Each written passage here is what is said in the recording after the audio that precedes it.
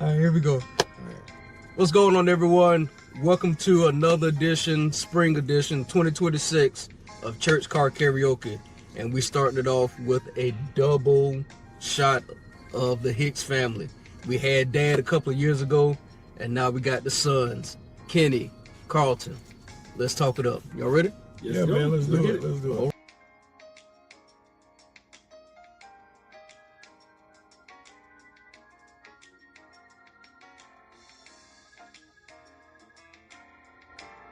You gonna drive?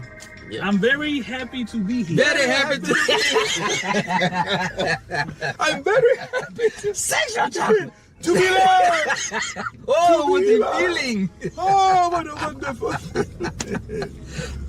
Man, we're glad to be here for real though. It's an honor to be with our brother Brandon, very close brother for the both of us. Yeah. And I'm close. I'm real. Absolutely. I'm in the circle. I done made it. Come on, man. No, son. Yeah, every Sunday night. I'm not my son. We are the Well brothers. Maxwell. Oh well. Shout out to Maxwell. Yeah, man. But we're grateful to be here and honored to partake in this moment. We believe that everything that we do concerning Christ or anything that's Christ-centered is for the glory of God. So we pray that it blesses you. My little brother's here. Oh, man, the pleasure is always ours, man. We're, honored for the connection, number one. And so you also need people in your life that remind you that the call of God on your life should stay at a pure place. And honestly, I think our connection is a constant reminder that, no matter where God may take you, doors He may open for you, you need some people that remind you that we doing this for the cause of Christ. And obviously you're inspired by a lot of people and a lot of things may come. But, at the end of the day, bro, we need to make heaven and God while we're here. God has equipped us with gifting and talents so we may be a blessing to the people as well. So, I'm excited for the journey. Gotcha. So let's stay there. Both of y'all talked about, kingdom connections, and we know that you guys are very tied to not only the PD region, but your namesake, Hicks, Graham, all of that is very prominent in this area. So tell us a little bit about you guys beginning, with church. We know that your grandfather is the Honorable Apostle Fred Graham, one of the generals that God still has in the earth, and so we're grateful for him. So just tell us a little bit about you guys' upbringing in church, and what kind of led you into a musical path. My brother and I, obviously, we was raised in the same household. But our paths were different, where you could say the paths were the same, but he was on the path at a much earlier age than I. I really didn't get really into music like that until I started directing the choir. I was 16 already. I was already 16 years old. But Kenny, by the time he was about 14, he was a prominent voice in the city among the youth. Yeah, about 14 years old. And at least in that younger generation, and then we had a lot of inspirations. He's so humble. And things like First Friday, shout out to Bears. Like we've had many different people, Derek Bull, Mount Clair Community Choir, he was engulfed in at a much earlier age. Right. For me, I was an athlete, a pretty decent one at that. Okay. And so it had my attention. Okay. If I wasn't that good at it, I wouldn't be. Now, what sport was this now? Everything. Everything? Air hockey, ping pong, football, baseball, tennis, Madden, NCAA, 2K, scramble football, paper football, pencil break. Hey, it wasn't 2K back then; it was NBA Live. There you go. NBA Jam. 2003. NBA Jam. So although we always had understanding of music, my journey with music came after I put the football down. Okay. And so, really and truly, that's why, if you remember, people were saying, "Boy, you came out of nowhere," that is because when I was 18 and finished playing football in high school, and I could have played at the next level. However, I just didn't want to pursue that for whatever reason. I think that God kind of shifted my trajectory when I went to Coastal Carolina, and I would play intramural basketball, intramural football, stuff like that. But ran into some friends gospel choir, and then the desire to play just came.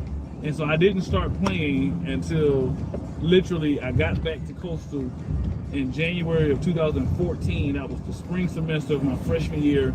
My cousin Courtney, Dr. Courtney Kelly Johnson, she had an old small toy Star Wars little piano. It wasn't even 61 keys, brother. It was just Like 6? bro. You press the yellow button and they do the Star Wars themes on. No sustain pedal, no nothing. It was just one of those kids, and I asked her if I could use it. Yeah. And I remember sitting at my Chris house, and it was like, "You about to play?" I was like, "Yeah, I'm up." And literally by March of 2014, on Sunday mornings, I was helping out Bishop Rutledge down in Merrill's Inlet, one of our associate ministries down there, and I was already starting to play. So the gift, you can argue the seed was already there. It just needed to be watered. Some effort needed to be taken to, and that was kind of how my path started. Okay. And but I've always could sing, and I always was directing choirs from the age of 16. Right. And then when I was 19 years old, being able to play kind of sparked another level of my musicality. But Kenny being my big brother, bro, I've always had musical examples because of the stages that he was on. And by the time I was 18, he was 23, he was already doing bigger things. And so just me being able to watch from afar, Right. you know, and I'll say this for example. So Dondre Joyner and I are the same age, and people didn't discover him until he became older, but I always knew he could sing. Yeah. Like when we was in 8th grade, I'm telling you now, when we were in 8th grade, he was never on the stage because he had older siblings and cousins who were just killing as teenagers. But I remember being in 8th grade, I heard him sing in the parking lot, and I said, "What?" We're in 8th grade, and I just knew, right? And so what I'm saying is, he was watching his older siblings and relatives, and so was I watching my brother. And so the seeds were planted just from watching and observing. And then as we got older, it did not come out of nowhere. It just wasn't revealed until a later time. So that was kind of my journey. So basically, you developed on the backside. You had a Moses experience. Okay. Gotcha. What about you, Overseer Hicks? First of all, Ken Jr. is good enough. I'm honored that my brother would say that, but I'll just kind of start from here and go back. One of the things that I pride myself on is that my brother musically is actually a little better than I am, and like I'm okay with that. You know what I mean? I'm not insecure. I know what I'm good at. I know what God has favored me to do. But I sit back and watch my brother, man, because he's just that gifted. You know what I mean? Like, if anybody asks me who's my favorite this, favorite that, my brother is my favorite person to put on the organ or keyboard in moments, because not only is he gifted, but he's anointed. But for me, I guess we can all say, or him and I definitely can say that at our core, we have to give honor to our father, right? Bishop Kenneth Hicks Sr. is the reason why we are musically inclined. You know, outside of the innate gifting of the Lord, he had us surrounded by music. He was the minister of music. His musical lineage is rich.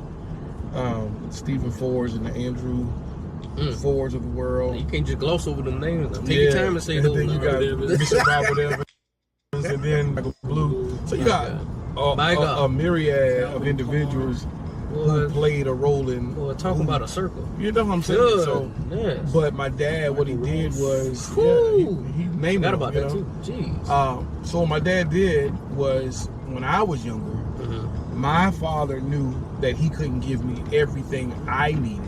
Right. It's his words. Yeah. So he put us in places where people that he trusted could pour into us as well. And so that's phenomenal, man. You know, he wasn't insecure about it. Right. And so I thank God for my father for kind of putting us in a place where we can be cultivated and pushed and poured into by pure vessels. Who, you know, not allow us to become arrogant in our craft, or but to grow well. You get what I'm saying? Gotcha. Instead of growing immature. So he put me in the hands of Elder Derek Bull, and Tia and Chad Chambers, who is one of to date. To the date. To date. Yes, sir. Chad Chambers is my GOAT when it comes to choir directing. Man, shine. To date. Do you hear what I'm saying? I know, Chad, if you see this, Chad Chambers is my GOAT. Like, if you really want to pull out a choir, and Chad Chambers is that guy. He's amazing. He's amazing, right? So I was sitting up under his tutelage like at 13, 14, 15, singing with the Montclair Community Choir in Darlington, right? Yes, sir. And so you're around Derek, who's who's one of the hometown heroes.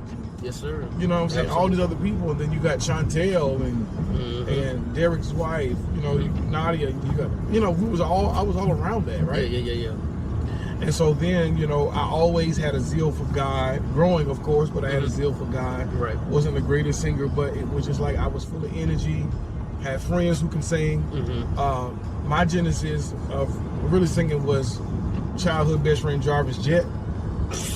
That's another one. Then I was surrounded by Josh Williams. And it was like people are right.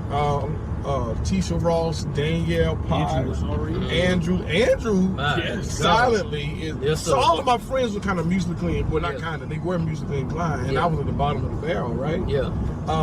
But then God granted like the opportunity, through whatever influence I was gifted or given, to do First Friday Freedom at the time, and that's what really kind of propelled me into our region of being known as a praise and worship leader, right? Someone who can kind of produce musically, and I'm just grateful, man. I don't consider myself more musical dominant now because ministry has become more of a focus, or the sharing of the word of that aspect of ministry.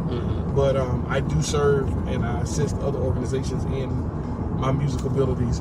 But again, it goes back to cultivation when we were born, who served as the seed of us becoming, right? And so my job was just to be who I am, or who I was, and who I am unapologetically, and to give God the glory. So I thank God for the little small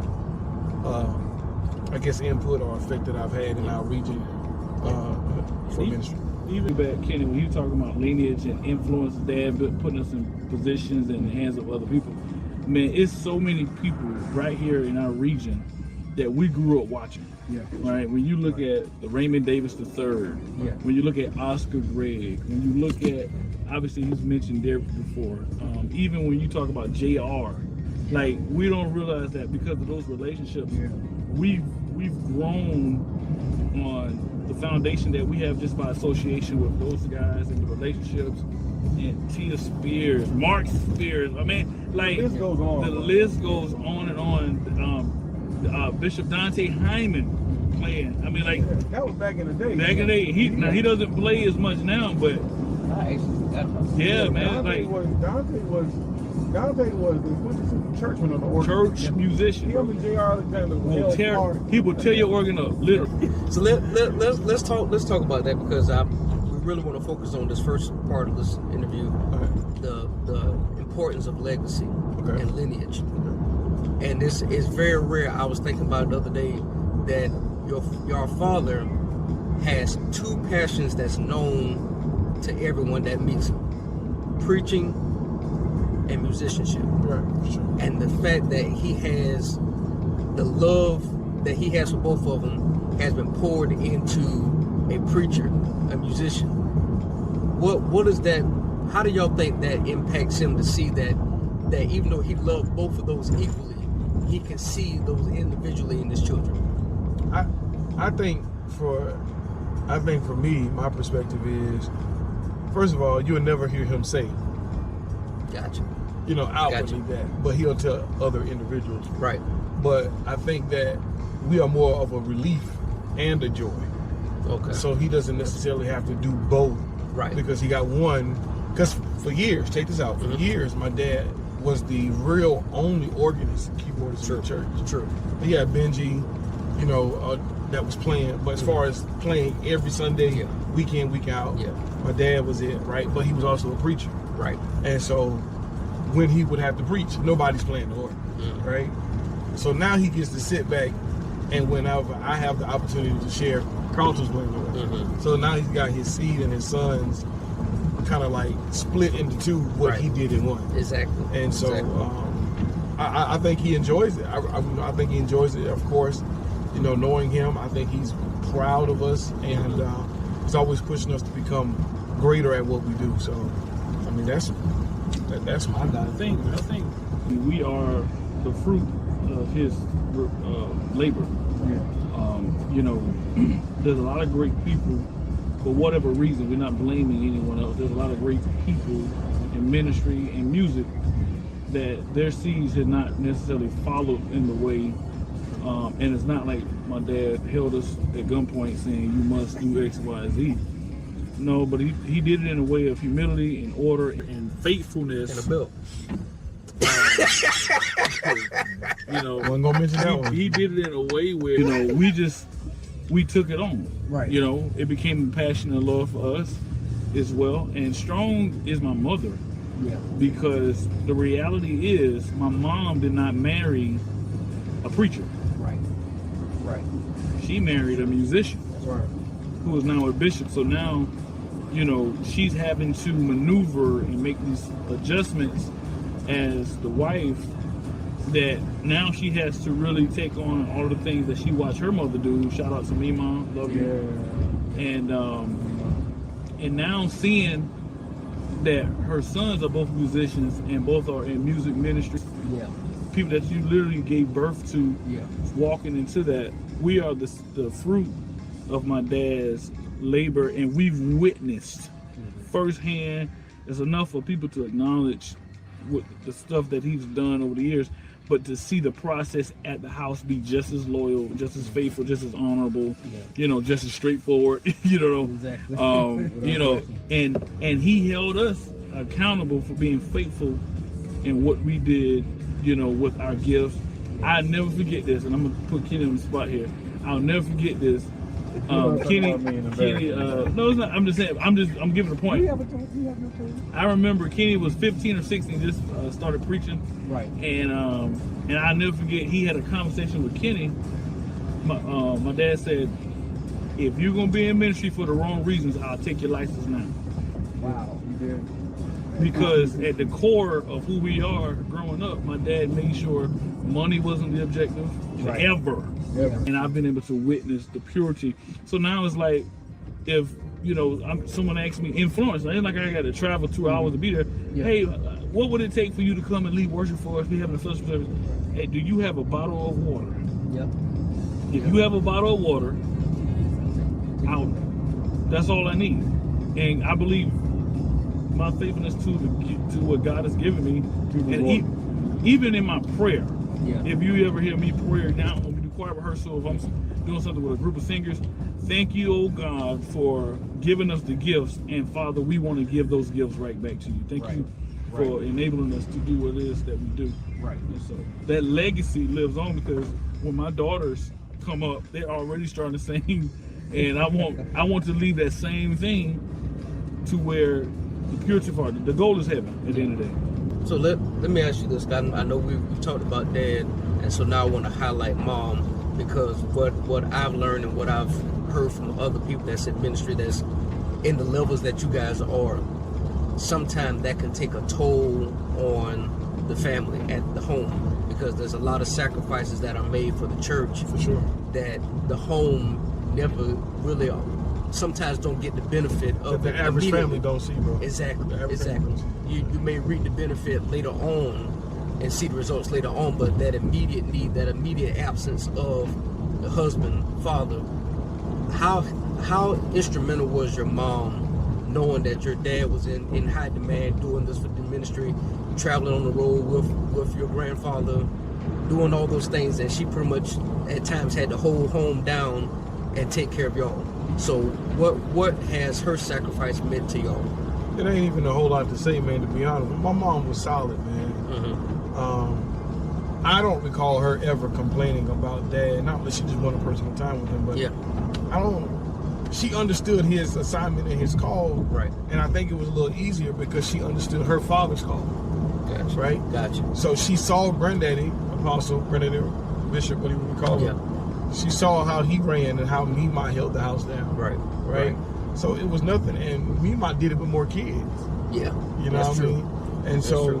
mom, You know, huge ministry. and like a flourishing ministry in the 80s and the 90s, like it was 2 locations. Yeah, you know, he bounced between Florence and Johnsonville. Yeah.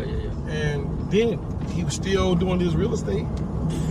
So he was doing all that, and then still trying to manage an organization, and then traveling, preaching out. So you know what I'm saying? So my mom saw an example, Right. on how to gracefully embrace the assignment, because she is his help meet, right? That's what the Bible calls her. Help meet. That means she's to help meet what's required for the house to be sustained. Right. And so my mom did a phenomenal job at doing that. So she's a strong woman, you know, even before she kind of took sick. Yeah. You know what I mean? My mom was a very strong woman all the way around, you know? And so I think my appreciation for my mom grew once I got married. Wow. Here's the thing. My dad married a preacher's daughter. Kenny married a preacher's daughter. I did not. So, you know, the call that I have to take in the assignment, I'm forced to pay more attention to the balance because, you know, shout out to my wife, love you, baby. You know, she didn't grow up the way my mom and you know was raised in terms of, you know, I mean, it's not necessarily dealing with, more so understanding that, you know, If you don't see there's it a firsthand, if you don't see it firsthand, it's hard. it's hard to. You know what I'm embrace saying? it. So there's some times where, you know, my wife she just wants me for herself and nobody else. Yeah. You know what I'm saying? And she's not wrong. No. She's not wrong, and it's a growing thing for both parties because I'm called to a lot of people. I'm called to my family first. Yeah. You know, so it does take a grace and an understanding Right. for that to be a smooth process. You know, because there are nights that, you know, although I'm not a preacher by license, I'm just as occupied in ministry as much of a preacher. Yeah. You know, and so the demand is there. So I'm not getting there late and I'm not leaving early. I'm getting there early and I'm leaving late. Yeah. That takes a toll in of itself. And so to be able to understand that, you know, because growing up, that's what mom did. So that's we just thought that was just the standard. That's norm. Yeah. But I didn't realize how abnormal it was until I became married. And it's like, you know, I got to be the one to open up. I got to be the one to do this. I got to be the one to that. And to me, that was normal until it's like, the question comes is, why are you always the one that got to be the X, Y, Z? You know? And so you realize like, oh, bro, mom was really Built for this. built for that. You know what I'm saying? Because everybody can't be that. No.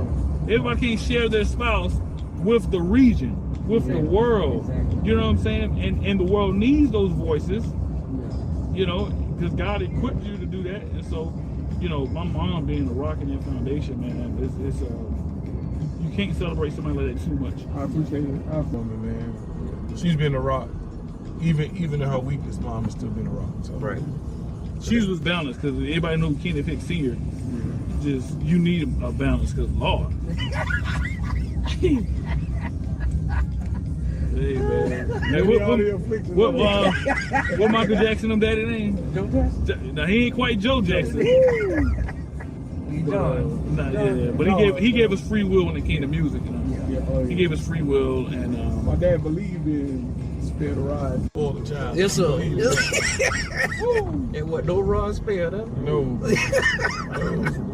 Every chance he got. Yep. Exactly. Exactly. so my mom. Shout out to mom. Yeah, for sure. Gotcha. I love that Wendy Hicks. Yeah. And Wendy. true story, and I don't disclose this. I was actually, when they were pregnant with myself, I was supposed to be a girl. I was supposed to be a girl. I believe they actually had I believe they actually had a female baby shower, if I'm not mistaken. Oh, I man. mean, and my name was supposed to be Whitney Michelle. I was supposed to take my mom's middle name. Come on, Whitney. Michelle. But Duly noted. But unto us, I'm gonna change the name on my phone real quick. nah. But when it came out, unto us, Unto a child. the son was given. Child was born, son was given. And his name was Carlton. There you go. You know, we record, so I'll keep that. Yeah, we'll get on camera. We'll get on camera. But yeah, and so, you know, instead of getting my mom's middle name, Right. she gave me her maiden name as my middle name. Yeah. So now my name is Carlton Graham, because she was Wendy Graham, daughter of Apostle Graham. My name is Carlton Graham Hicks. Keep the name. Oh, okay. Yep. So I'm actually the only grandchild It's carrying both sides. that's carrying both sides of his family's line. Wow. And so, and you know, if I'd have had a What an son, honor. if I would have had a son, his middle name was going to be Graham as well. Grayson Graham, that would have been, or whatever Graham Hicks would have, you know. But shout out to Mom. All right, so You guys have pretty much been in the public eye since children, and now to an adult. No, Kenny. Well, I'll pose this question more to him. I grew up in public. Put it like that. So you're what, 36 now? 36. Jesus. And you've been kind of pretty much in the public eye and since about 11, 12. Since he was shot in churches with White Sox on. So what would 36-year-old Kenny tell 12, 13, 14-year-old Kenny? Don't talk so much. My God. Care to share? No, I'm just saying. If I could talk to my 18-year-old self, Yeah. it would be literally, seriously, Yeah. it would be, don't run your mouth so much. Mm-hmm. Be careful of who you surround yourself with, who you call friend. Mm. Take your walk with God just as serious as you take your craft that God gave you. Gotcha. Sometimes we have allowed our gift to become our God. Right. Because it's our comfort place. And it's what makes us relevant, right? Gotcha. And so I wouldn't be using my gift to become relevant. I'll just be who God called me to be and will let Him create the platform. I guess I'll be a little more mentally grounded, you know, and think for the future and not for the current. Gotcha. You know? And I think that's everybody's testimony. If they could go back in time, there's a lot of stuff that they would change. Some things they wouldn't, but lots of things would change about how they thought. So for me, being in the public eye, I was always a target. Sometimes I enabled them. I gave them the bullets. Yep. You know what I mean? Yeah. I gave the bullets to them.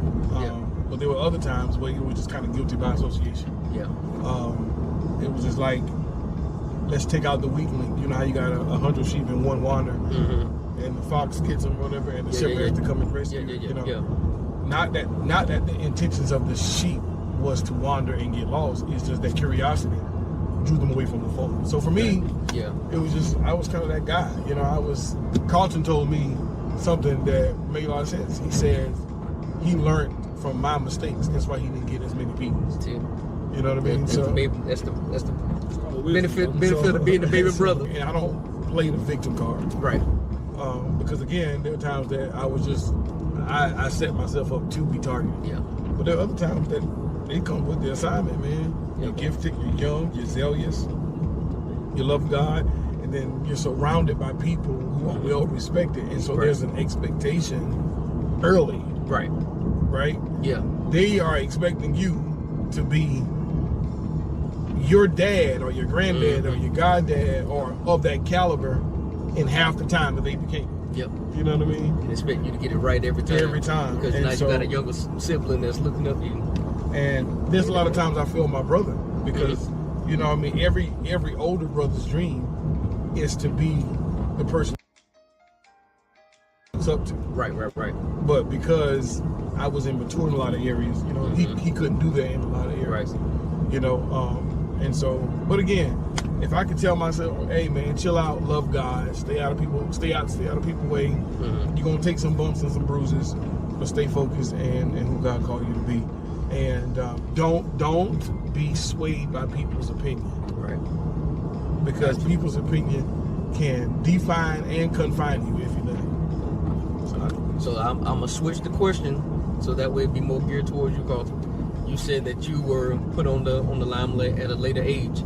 So what do you miss about having a private aspect versus not being on the public spectrum? Well, I still have a private aspect, and I make sure I keep it that way. Which is why you don't see me on social media as much. I don't share my opinion on a lot of topics. I don't, you know, you don't give people that satisfaction with feeling like they know you if they really don't. And I'm public enough whenever I step out and do what God needs me to do. I would like to retain a measure of my privacy when I'm not doing that. You know, and again, you know, Kenny made mention to it, and you can make an argument that Kenny was wounded for my transgressions. There you go. Bruised for my iniquity. Yeah. And the chastisement But you know, for Yeah, me, I was a sacrificial lamb, man. I just say, You don't have to spray. I was hung up for it. How many more? one of the things that has been beneficial about I wasn't publicly known in church, Right. but in the in the athletes world, I was known as well. You know, one of the things that I did learn by being in private so much was how to retain relationships. Right. Many of the friends I made when I was 15, 16 years old, I was still just as close to them. Right. You know, life take you different places, but Yeah. majority of my friendships, whether they're in church or not, because again, I wasn't as into church back then as I am obviously now. So most of my friends not even in church like that. But the line of respect is still there. So I'm not a different way with my friends. I don't cuss and drink and do all this stuff. I'm the same way. And when they accept me as this version of me and they respect that, they don't expect me to do anything different. That's the respect that I earned throughout the years, and never being insecure about my abilities or what I'm not able to do. And then I've had the advantage of when I became known for what God allows me to do, I was an adult, legal adult. I was 19, 20 years old. That gave me a chance to bypass some of the mistakes I would have made as a 13, 14-year-old kid, with the attention, you know what I mean? Right. And so by the time I was 19, 20, 21, I didn't need or even want any type of spotlight. I was good with not being known. I'll go as far as saying this. I remember when I first went to Coastal Carolina and I was drawing the God's choir. By then, I was a strong tenor, bro. Yeah. By the time I was 18, I was a strong tenor. And but again, I was fresh out of sports. It is what it is. I had a balance in my life. I wasn't all music. I wasn't all this, whatever. And so when I'm, doing introductions and they ask me where I'm from, I'm saying, yeah, my name is Carlton Hicks. I'm from Florence, South Carolina. Shout out to Alyssa Freisen, my sister, love you. Yeah. She said, by chance, do you know a guy named Carlton Hicks? I said, that's my brother. Her response was, that's funny. I didn't know Kenny had a sibling. But my point being is I was known in a different sector, and so when I became known in, Coastal Carolina, down those areas, I was developing in different ways. I was, an adult. I was able to be more punctual in my approach to people. And thank God for the exposures that, we've talked about earlier. Yeah. I wasn't easily infatuated, and that saved me a lot too. Even when I met, so growing up, Kenny actually, so Travis Green was my favorite artist. Like, I don't know if there's another artist that I loved more than Travis Green when I was coming through high school. When I was coming through high school and all that stuff. That Stretching Out album stayed in my car. I was bumping part it. of our Dude. music maturation. And actually, if you listen to me sing and my approach, the range and all that, the touch movements, I kind of, when I went back and listened to the old Stretching Out album, I was like, yo, this sounds like stuff that I do now. That was a part of me developing to, that time when I was 18, 19, 20 years old, I was listening to that stuff. But during those years, coming through college, I actually met Travis and got to know him personally. And what I mean is, I wasn't super infatuated. I was just like, yo, this is crazy. We play spades and ate crab legs and just to kind of meet people, it kind of really opened my eyes to, I'm not as infatuated because of who I've been exposed to my entire life. You know what I mean? The great people and I've always appreciated them, and it was crazy to hear people like, oh my God, you're Kenny's brother. Like, Kenny was like Kirk Franklin or something. And so it just kind of made me realize, what I'm saying is it made me realize that everyone is human and you never know who's watching you. Right. You never know how people view you. We're just human and flawed, and other people look at us in such a different light that you have to be mindful. And so as an adult, being able to have that exposure and experience just kind of taught me how to walk carefully. And I believe that has really helped me out when it comes to retaining a reputation and, in relationships. And the population? population. Jesus. Come on, Father Abraham. Every musician, every singer have their go-to song that's either their meditation song, the song to put them in a better mood, the song that they ride to. What is that song for y'all?